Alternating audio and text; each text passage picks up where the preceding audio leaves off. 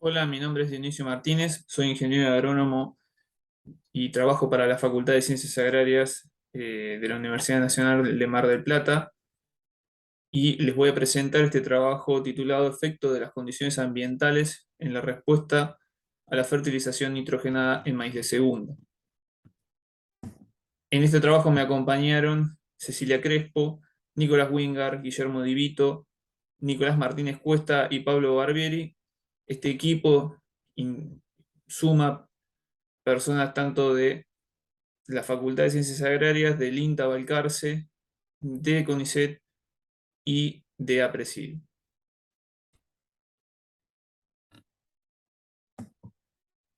A modo de introducción, en las rotaciones en el sudeste bonaerense se observa que luego de los cultivos de invierno y previo a los cultivos de verano ocurre un periodo de barbecho muy prolongado que de alguna manera produce algunas ineficiencias en el ciclado de nutrientes y en algunos casos también se ha asociado con la aparición de ciclos de malezas de difícil control.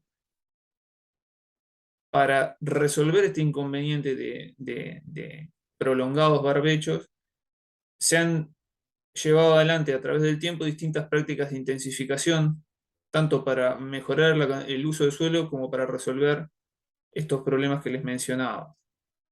Uno de ellos fue la incorporación de los doble cultivo. Se le denomina doble cultivo porque prácticamente sembrar soja después de un cultivo de invierno no tiene un periodo de barbecho, es casi inmediato. Eh, de esta manera, el doble cultivo lo que produce es un acortamiento de los periodos de barbecho y una mayor cantidad de cultivos por año, lo cual sería una intensificación en el uso del suelo. En los últimos años, en regiones templadas se ha comenzado a utilizar el maíz como doble cultivo. De esta manera, se incorporaría el maíz de segunda como una opción viable y que permitiría de alguna forma también diversificar esta rotación intensificada. Sabemos que cuando la disponibilidad hídrica es adecuada, el nitrógeno va a ser el elemento más asociado o el insumo más asociado a la maximización de la productividad o del rendimiento. En general, la disponibilidad de nitrógeno va a estar dado tanto por el pool o el stock en el suelo, que va a absorberse en función a las condiciones de disponibilidad y de las condiciones edafoclimáticas. Por ello, en general, la dosis óptima para fertilización va a variar en función al sitio y a la campaña que se esté analizando. Nuestro objetivo fue evaluar la respuesta al nitrógeno en el cultivo de maíz de segunda en diferentes suelos molisoles del sudeste bonaerense y tratar de asociar esas respuestas con las condiciones meteorológicas alrededor del periodo crítico, sobre todo. Los experimentos que llevamos adelante constaban de las siguientes características. Eran diseños en bloques con 3 repeticiones, donde se probaban 5 dosis o 5 tratamientos de fertilización nitrogenada. Un testigo, 30, 60, 90 o 120 kilogramos de nitrógeno por hectárea, agregados en la forma de nitrógeno eh, de nitrato de amonio calcáreo. Las parcelas constaban de 26 metros cuadrados y en general la fecha de siembra dependió del antecesor, ya sea cebada o trigo, que se utilizó indistintamente, pero estuvieron dentro de un rango de mediados de diciembre a mediados de enero, en 2 campañas consecutivas. Además, las densidades de siembra en promedio fueron de alrededor de 45.000 plantas por hectárea. Los sitios donde se ubicaron los experimentos corresponden a 11 experimentos en total, en realidad, y en campos de socios de la regional APRESID.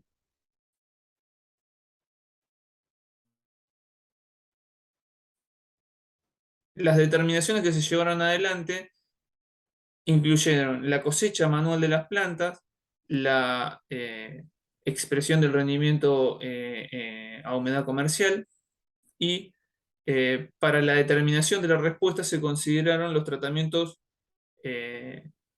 testigo versus la dosis máxima, considerando de esa forma la respuesta a la fertilización nitrogenada.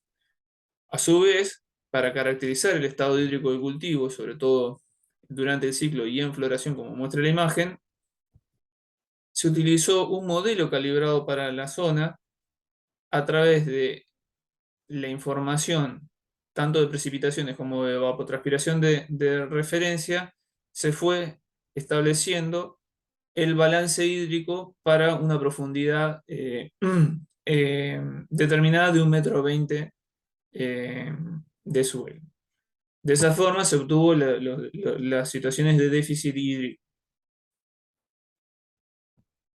En cada uno de los sitios se realizó un análisis de varianza para comparar esos tratamientos y además se establecieron comparaciones de medias de esos mismos tratamientos. Y finalmente se relacionaron esas respuestas o esas variables en general con las condiciones meteorológicas. Mostrando un poco los resultados obtenidos, en esta tabla se pueden ver los 11 sitios en los cuales se llevaron a cabo los 11 experimentos y la acumulación de lluvias durante los periodos de cultivo. En la línea final van a ver el total de las lluvias acontecidas. Entre paréntesis van a encontrar la presencia de déficits hídricos. Y las áreas sombreadas van a corresponder a la ubicación del periodo crítico de cada uno de esos experimentos. Con periodo crítico obviamente nos estamos refiriendo a 15 días antes y 15 días después de la aparición de los estigmas o de R1 en la floración femenina del maíz. En todos los sitios que se evaluaron se encontró que había un balance hídrico negativo y en algunos casos ya prefloración, como muestra la imagen, se observaban síntomas de acartuchamiento o algún tipo de estrés. Cuando analizamos los rendimientos, acá lo que podemos ver son esos mismos 11 sitios o 11 experimentos y los diferentes tratamientos de fertilización. Van a encontrar el rendimiento y entre paréntesis el desvío y las letras corresponden a las diferencias dentro de cada uno de esos experimentos. Los resultados que obtuvimos fueron que tuvimos una variabilidad de rendimiento de entre 2.700 a 9.000 kilos de maíz. Y esa variabilidad estuvo explicada en parte por cada uno de esos experimentos o por las condiciones de cada uno de esos experimentos, pero también hubo un impacto de la fertilización nitrogenada. De hecho, en 8 de los 11 experimentos analizados, hubieron respuestas al agregado de nitrógeno en forma de fertilizante, ¿sí? Esas respuestas en general se dieron entre los 60 y 90 kilogramos de nitrógeno por hectárea, pero hubieron diferencias en la dosis máxima y obviamente en los rendimientos. Esos aumentos de rendimiento variaron entre un 15 y 50% y hubieron respuestas que expresadas en kilos llegaron a ser de hasta 3.000 kilogramos por hectárea. Un poco, esa variabilidad que les decía de rendimiento se expresó en este gráfico de rendimiento relativo, ¿sí? Y en el eje X como variable independiente está la disponibilidad de nitrógeno, que sería el nitrógeno inicial en el suelo, más el nitrógeno agregado a través de los tratamientos de fertilización. Lo que se observó es que, independientemente de la variabilidad no explicada por este modelo que explica aproximadamente el 67% de la variación, se encontró un aumento a tasa decreciente en donde disponibilidades por encima de 100 o 110 kilogramos de nitrógeno, suelo más fertilizante, no produjeron variaciones importantes en el rendimiento, ¿sí? Pero por debajo de esas disponibilidades se vieron algunas respuestas. Parte de esta variabilidad, obviamente, eh, no está explicada estrictamente por la dosis o por la disponibilidad de nitrógeno.